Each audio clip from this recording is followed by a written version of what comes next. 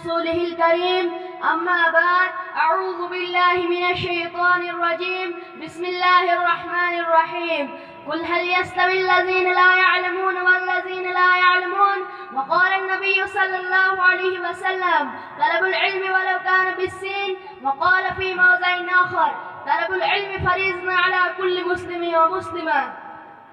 بزرگان اسلام، معزز سامعین کرام، آج میں جس موضوع پر آپ حضرات کے سامنے گفتگو کرنا چاہتا ہوں وہ ہے علم۔ جس طرح ایمان اور کفر برابر نہیں ہو سکتے، جس طرح دھوپ اور سایہ برابر نہیں ہو سکتے، جس طرح نور اور ظلمت برابر نہیں ہو سکتے، ٹھیک اسی طرح سے اہل علم اور غیر اہل علم برابر نہیں ہو سکتے۔ وہ لوگ جن کے سینوں کی مایا ہے، علم کی دولت ہے، علم کا دھن ہے، اور وہ لوگ جن کے دامن علم کے سرمایہ سے خالی ہے، دونوں ایک صف میں ایک لائن میں برابر کھڑا نہیں ہو سکتے۔ دوستو، اہل علم کی زندگی میں سب سے پہلا مرحلہ علم ہے۔ جو لوگ اس راہ سے گزرتے ہیں وہ جانتے ہیں کہ یہ دور کتنا صبر آزما ہوتا ہے۔ طالب علم اگر مفلس ہو تو اس کی زندگی مزید دشوار ہو جاتی ہے، لیکن اگر دل میں عزم ہو اور حوصلہ جوان ہو تو مشقتیں بھی کافور ہو جاتی ہے۔ علم ہی وہ دولت ہے جس کی وجہ سے اللہ تعالیٰ نے ہمیں اشرف المخلوقات بنایا۔ حضرت آدم علیہ السلام کو تمام مخلوقات پر شرف و امتیاز کیوں عطا کیا گیا؟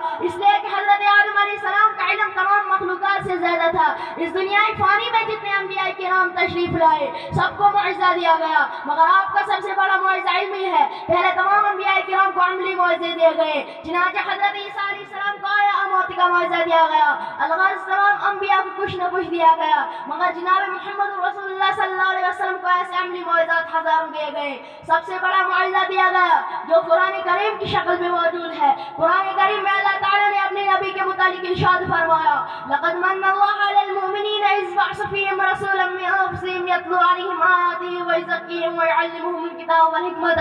کہ آپ صلی اللہ علیہ وسلم کا منصب یہی ہے کہ آپ حکمت و دانائی کی تعلیم دیں، آپ ان عقلوں کو پاکیزہ بنائیں۔ غور کرنے کا مقام ہے کہ پہلے حضرت آدم علیہ السلام کو شرف علم عطا ہوا اور سرور کائنات صلی اللہ علیہ وسلم کو بھی شرف علم عطا ہوا۔ اسی علم کی بدولت اس نے خدا کا خلیفہ بن کر سب کائنات کو زیر نگین کر لیا۔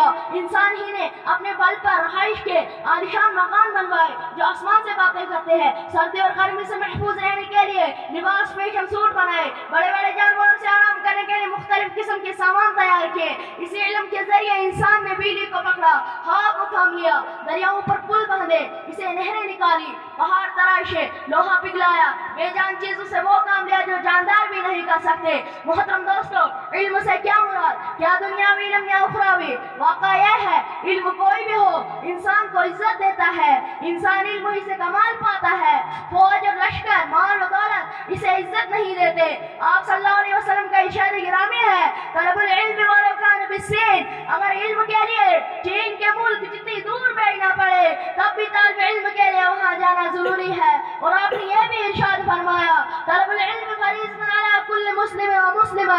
علم کا حاصل کرنا ہر مرد اور عورت پر فرض ہے۔ دوستو، آج ہم مسلمانوں کی پستی اور درمندگی کی وجہ یہ ہے کہ ہمارے اندر عزم و حوصلے کی کمی ہے۔ ہم مفلسی کا رونا روتے ہیں اور ہم تعلیم گاہوں کی دوری کی شکایت کرتے ہیں اور علم کے بجائے جہل اور ناواقف کے اندھیروں کو اختیار کرتے ہیں۔ قوم کے چھوٹے چھوٹے بچے سڑکوں پر مارے پھرتے ہوتے ہیں، چند سکوں کے لیے نوکریاں کرتے ہیں اور نسل در نسل جہالت کا ایک تحفہ منتقل ہو جاتا ہے۔ ان چند باتوں پر میں اپنی تقریر کو ختم کرنا چاہوں گا۔ دعا کیجیے کہ اللہ تعالی ہم تمام مسلمانوں کو علم کی دولت سے مالا مال فرمائے۔ وآخر دعوانا